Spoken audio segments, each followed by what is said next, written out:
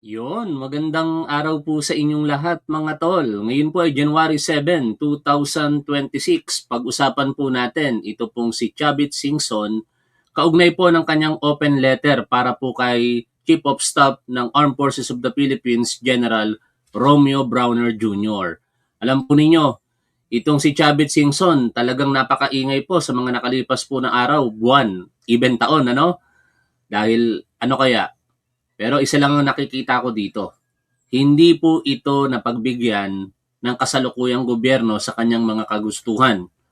Alam nyo naman yung parang bata ba na kapag hindi na ibigay ng magulang yung gusto, nagtatantrums, nagdadabog. Pero iba itong si Chavit Singson dahil matanda na. Hindi na po tantrums ang ginagawa po nito kung hindi inciting to sedition na. Ako naniniwala ako na ang mga gawi at kilos pananalita nitong si Chavit Singson sa nakalipas po ng mga araw at linggo ay paglabag po sa batas. Kaya malamang sa malamang maaari po itong humarap sa mga kasong inciting to sedition. At kung meron pang iba marahil, yun ay nasa ombudsman na. Ito po ay kaugnay ng sinasabing korupsyon na nagresulta sa plunder. Kaya kung iba siguro ang nagbasa ng kanyang sinulat o ng kanyang ng sulat na kanyang binasa, no? Ito ay open letter. Baka maniwala pa ako eh. Pero hindi eh.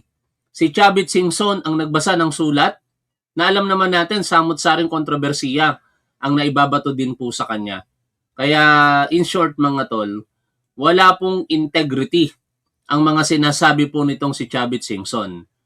Ngayon, para po magkaroon tayo ng kabuuang konteksto tungkol po dito sa ating pag-uusapan, pakinggan po natin ang pagbabasa niya ng open letter sa kanyang naging press conference na sinasabing pasabog daw. Ito daw po ay magpapabagsak sa rehimeng Marcos. Pero yung pasabog na nangyari, hindi pala pasabog. Kung hindi, wala pa yata, hindi pa yata katumbas ng kwitis. Kasi ang pinaka-essential lang naman ng mga sinasabi niya, paulit-ulit eh. Korupsyon, tapos mastermind si Pangulong Bongbong Marcos, biglang maghahamon pa ng debate kay Pangulong Bongbong Marcos. Yun ang pinakapasabog na ni Chavit Singson. Pakinggan po natin, tiisin po natin ang mga sinasabi niya rito, yung kanyang tinig, para malaman po natin kung ano ba yung kanyang mga katwiran na sinasabi na kung ating pong susuriin ay wala talagang katwiran. Kung ipapaitulad nyo, babasahin ko itong open letter to General Romeo Browner.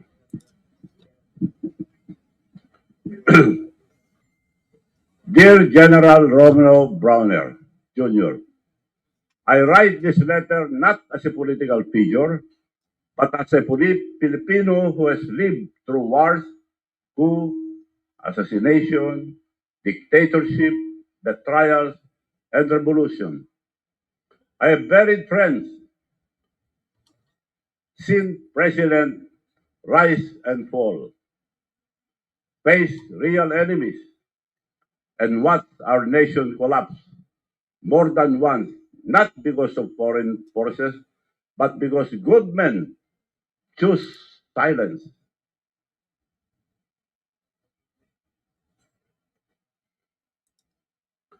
I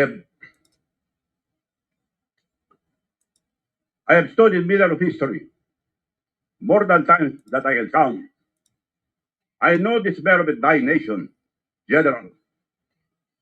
Sir, I smell it again. This time the enemy is not foreign. This time the enemy is inside our own home. You speak open about China, about Taiwan, about war scenarios, about preparing for conflicts far beyond our shores. But how can we prepare for battles out there when we are losing the most important battle here at home? Our nation is collapsing, not because of foreign aggression, but because corruption has eaten us from the inside. Tell me, General, how can China be the problem when it is that China is stealing billions from our national budget? Tol Randy, hindi ba pwedeng ipadampot agad ni Apo PBBM si Chavit dahil sa lantarang panghihikayat niya sa mamamayan ng rebellion against government? Hindi po eh. Ano? Kasi meron tayong due process na dapat pinagdadaanan. Hindi po ito basically crimes against person or crimes against property. Na kapag ka ginawa mo ang pagpatay o pagnanakaw, caught in the act ka, pwede kang arestuhin. Pero sa crimes against public order, maliban na lamang doon sa mga nagsasagawa ng armed struggle or uprising using arms, pwede talaga silang arestuhin. Pero sa inciting o pagsasabi, panghihikayat ng pag-aaklas sa gobyerno o pagbibitiw ng suporta para sa gobyerno, daraan yan sa tamang proseso. The opportunity to be heard. Hindi pwedeng basta mo na lamang arestuhin ang taong pinaghihinalaang nag-i-incite ng sedition. Kasi hindi porket sa paningin natin inciting to sedition na ginagawa nila sa interpretasyon ng batas ay inciting to sedition na.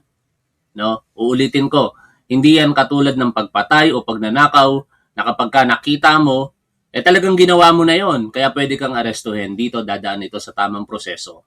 Kaya malabong maaresto ang mga taong nagsasagawa ng mga ganitong bagay ng doon mismo, no? Pero ako naniniwala ako na kung seseryosohin po ito ng ating gobyerno, aabot ito sa korte. And it's up to Chavit Singson to defend himself kung siya ba talaga ay hindi nakagawa nitong inciting to sedition. Target. China did not mastermind the flood control anomaly. China did not corrupt illegal insertion. China did not cause the peso to crash, the enemy to bleed, or invest. Grabe, no? Tutang-tuta ng China ang datingan eh. Pwede ka naman magpahayag ng mga grievances mo sa gobyerno without comparing China. Diba? Pwede mo namang sabihin na talamak ang korupsyon sa kasalukuyan, pero wag mo nang ihalin tulad pa sa China. Dito nyo makikita mga tol kung sino ang maaaring nasa likod ng mga pagkilos na ito. Ako, hindi ako naniniwala na ito ay inisyatibo lamang nitong si Chavit Singson. Merong mas malaki na puwersa na nagpapagalaw dito. At tingin na natin, basahin nyo na mismo sa kanyang mga sinasabi kung sino yon. Investor to flee. Let us stop fooling ourselves. The cancer is not in the West Philippine Sea. The cancer is sitting comfortably in an air-conditioned offices, smiling at cameras while draining this country dry. General, sir, as the Chief of the Staff of the Armed Forces, holds billions in intelligence funds. Billions. Are we supposed to believe that with all the intelligence money, you do not know what is happening? General, even the tricycle driver knows what is happening in our country. It is corruption. That is the very point, di ba? Alam ni General Romeo Browner kung ano talaga ang nangyayari. Alam niya kung sino ka, Chavit Singson. Alam niya kung sino yung mga kinakasabwat mo sa ginagawa mong pagkilos na ito. At alam ni General Browner kung sino ang mga maaaring nasa likod mo. Kaya malabo kang mapakinggan ni General Browner. Anyway, yung mga sinasabi ni Chavit Singson, meron na pong opisyal na pahayag dyan kahapon ang Armed Forces of the Philippines. Pero tatapusin muna natin ang mga binigbigkas dito nitong si Chavit Singson bago natin puntahan yung statement ng AFP.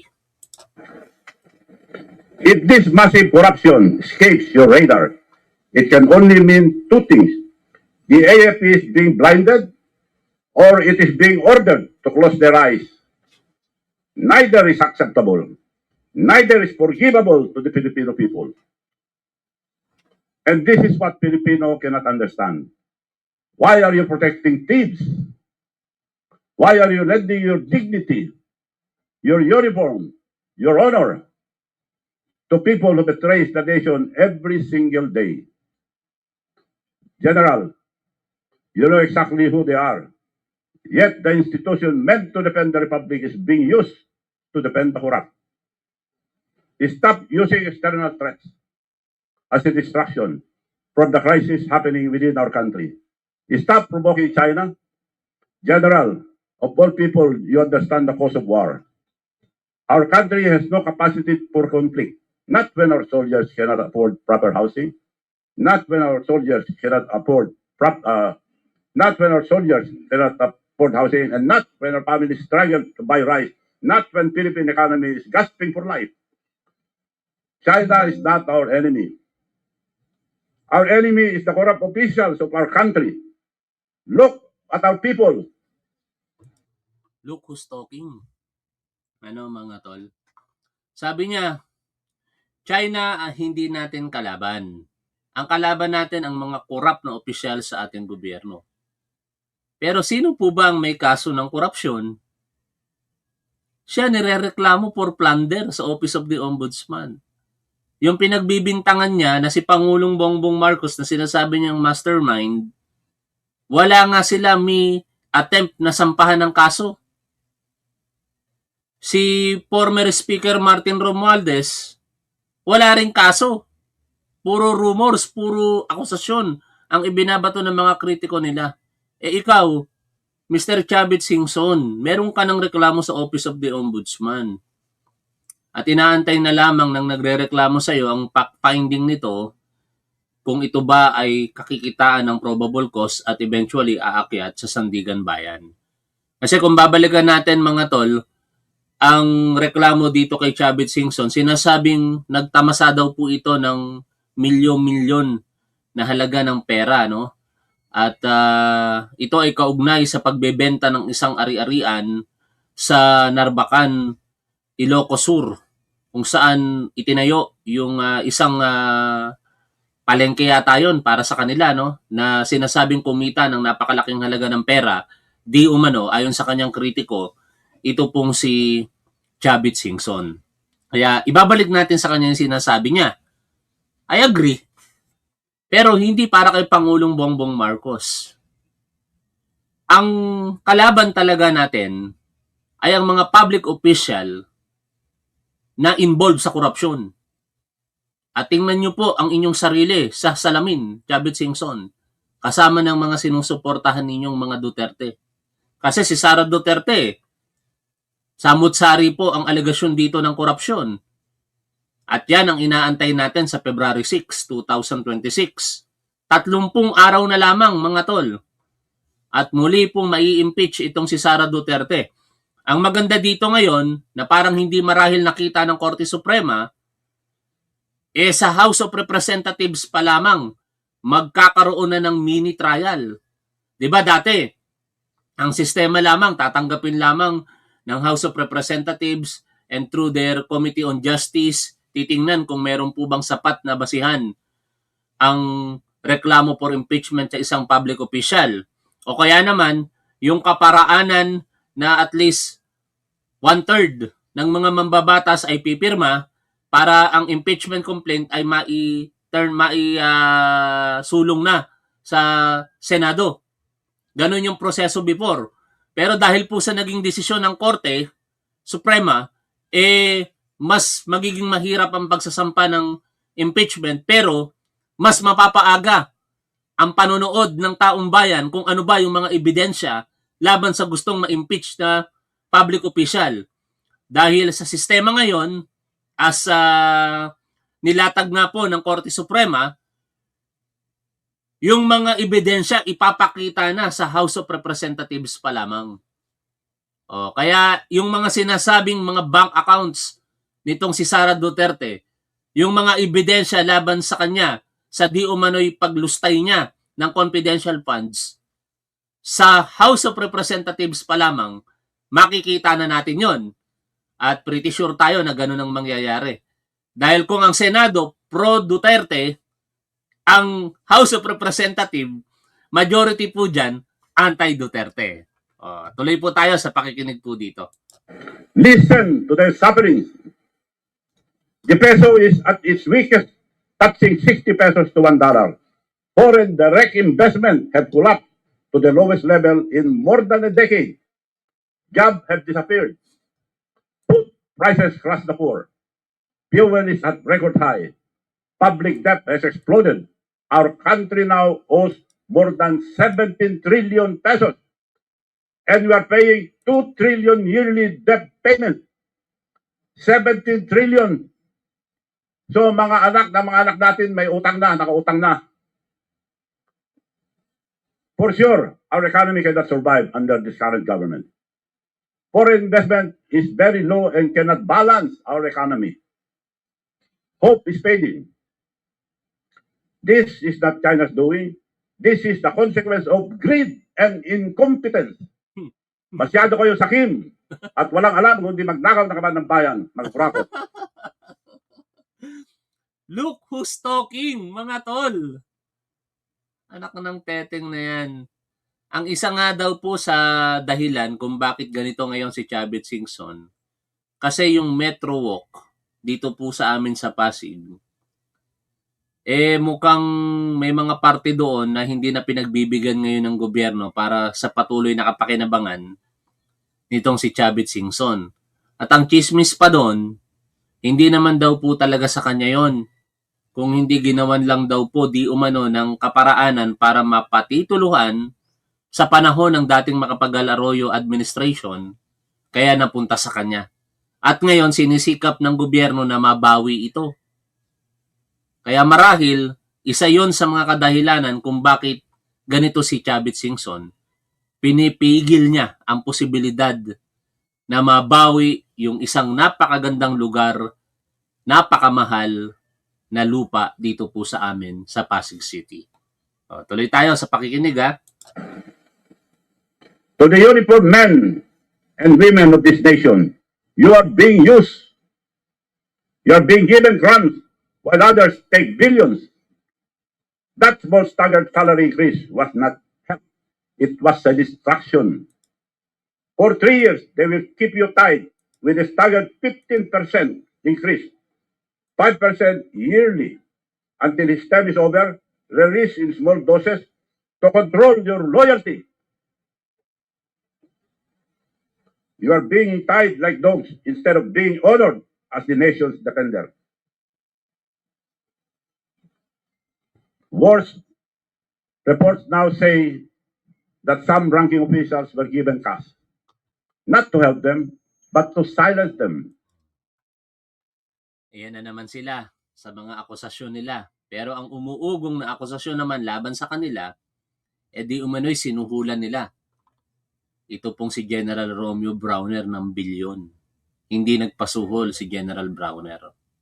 Marami din sa mga pahayag ni Pebbles Talaquera na ang daming mga general na sinusuhulan di umano ng kampo nila, ni Chavit Singson at ng mga Duterte para lamang bumaliktad sa kasalukuyang gobyerno. Kumbaga, yung gawain nila mga tol, ibinibintang nila sa iba. Yun yung nakikita ko dito Kung ano yung ginagawa nila, sila talaga yung gumagawa nun, pero ibibintang po nila ito sa iba. Money to keep them from acting, from speaking, from standing up. That is an insult to your uniform, your oath, and your dignity. You must show the nation that the armed forces cannot be fooled, bought, or manipulated. I challenge every good citizen, including the police and military alike, to come out and stand for our country. Stand and declare that you will not tolerate graft and corruption. Not to fight the government, but to fight the corruption that is killing our country. Give your uniform a new purpose, a purpose far greater than small pay increase, meant to pacify you. Rally behind the truth. Rally behind the Filipino people. Because your voice, when united, is stronger than any politician. And if you continue to stay silent, then that silence, speak loudly. It means you accept the corruption. General Browner, history is knocking on your door.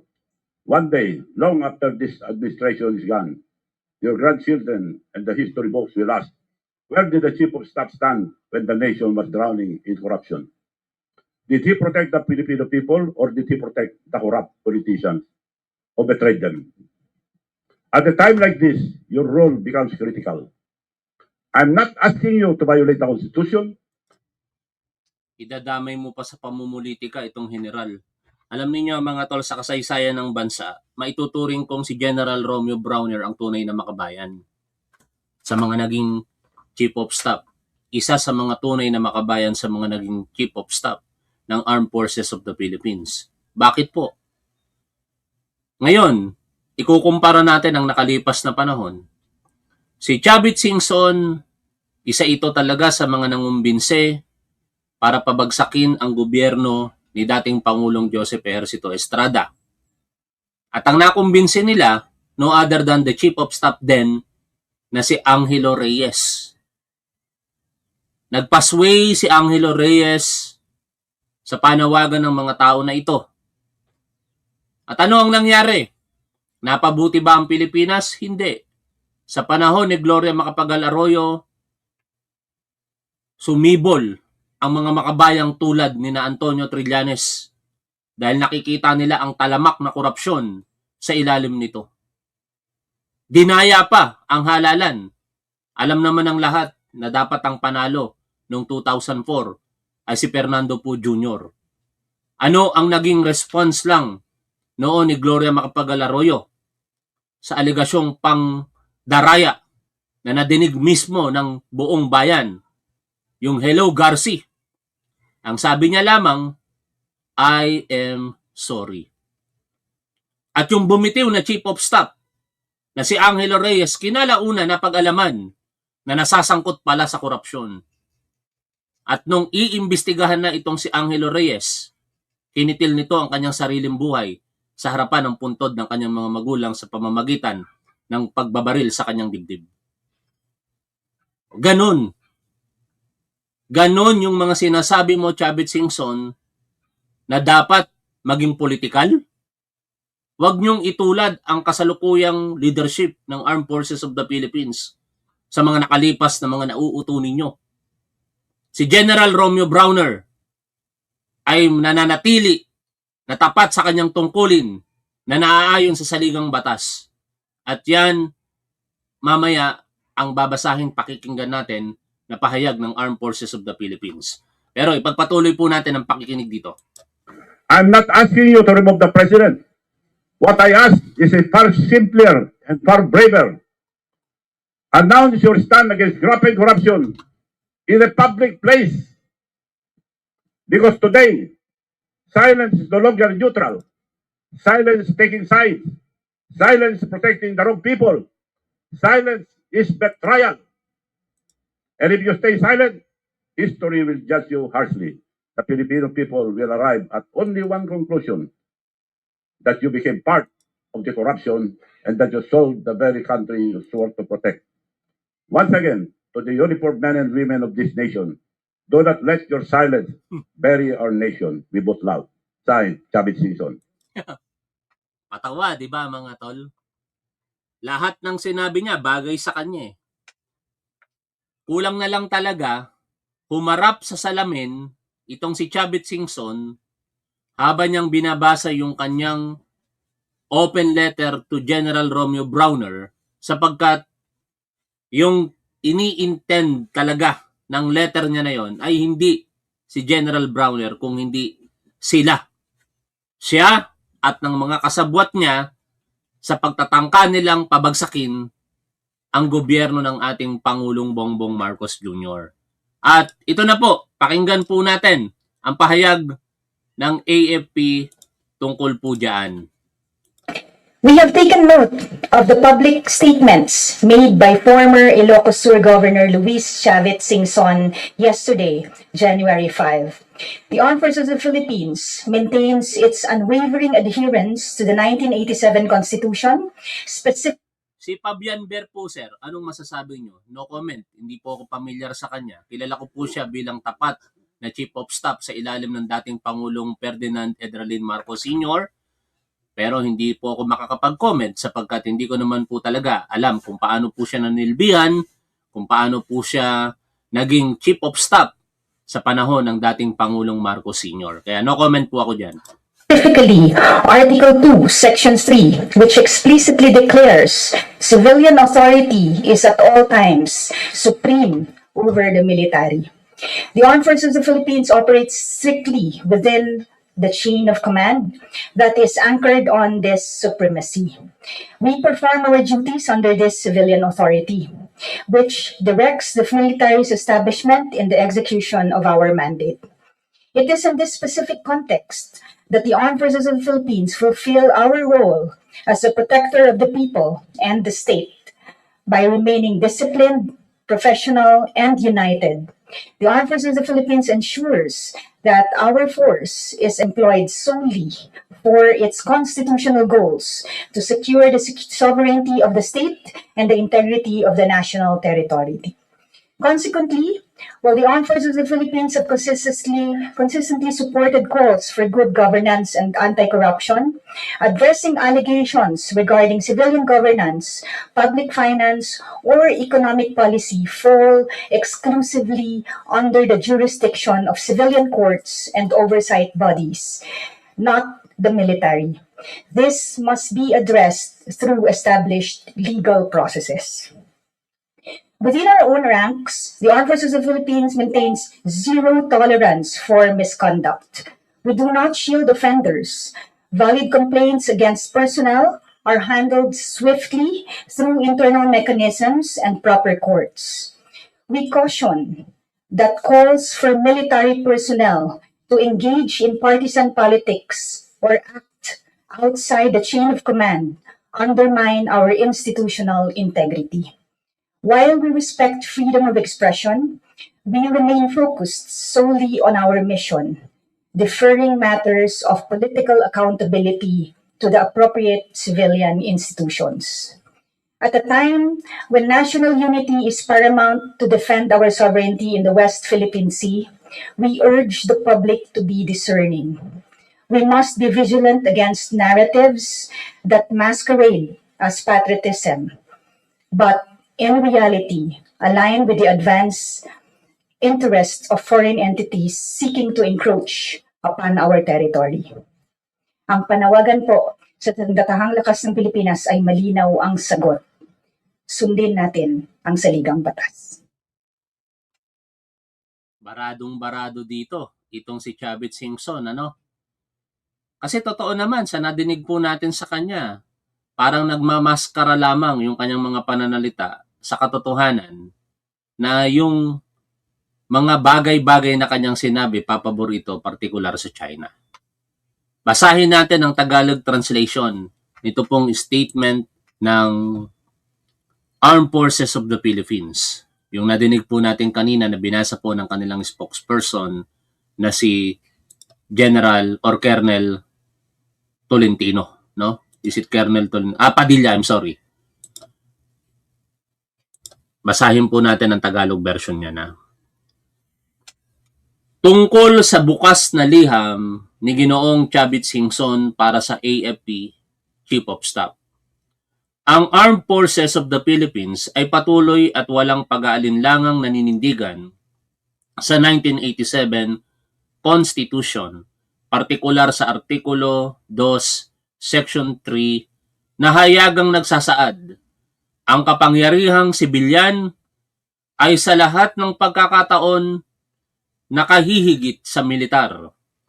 Mahigpit na kumikilos ang AFP alinsunod sa chain of command na nakabatay sa prinsipyong ito ng kataas-taasang kapangyarihan ng sibilyan. Isinasagawa namin ang aming mga tungkulin sa ilalim ng kapangyarihang sibilyan na siyang gumagabay sa institusyong militar sa pagtupad ng mandato nito. Sa ganitong tiyak na konteksto, ginagampanan ng AFP ang papel nito bilang tagapagtanggol ng mamamayan at ng Estado. Sa pananatiling disiplinado, profesional at nagkakaisa, tinitiyak ng AFP na ang lakas nito ay ginagamit lamang para sa mga layuning itinatadhana ng konstitusyon, ang pangangalaga sa soberanya ng Estado at sa integridad ng pambansang teritoryo. Dahil dito, bagamat patuloy na sinusuportahan ng AFP ang mga panawagan para sa mabuting pamamahala at laban sa katiwalian, ang pagtalakay at pagresolba sa mga alegasyon kaugnay ng pamahalaang sibilyan, pananalapi ng bayan o patakarang pang-ekonomiya ay eksklusibong saklaw ng mga korte at ahensyang sibilyan at hindi ng militar. Ang mga ito ay dapat resolbahin sa pamamagitan ng umiiral na mga legal na proseso. Sa loob ng aming hanay, may zero tolerance ang AFP sa maling asal. Hindi namin pinoprotektahan ang mga nagkakasala.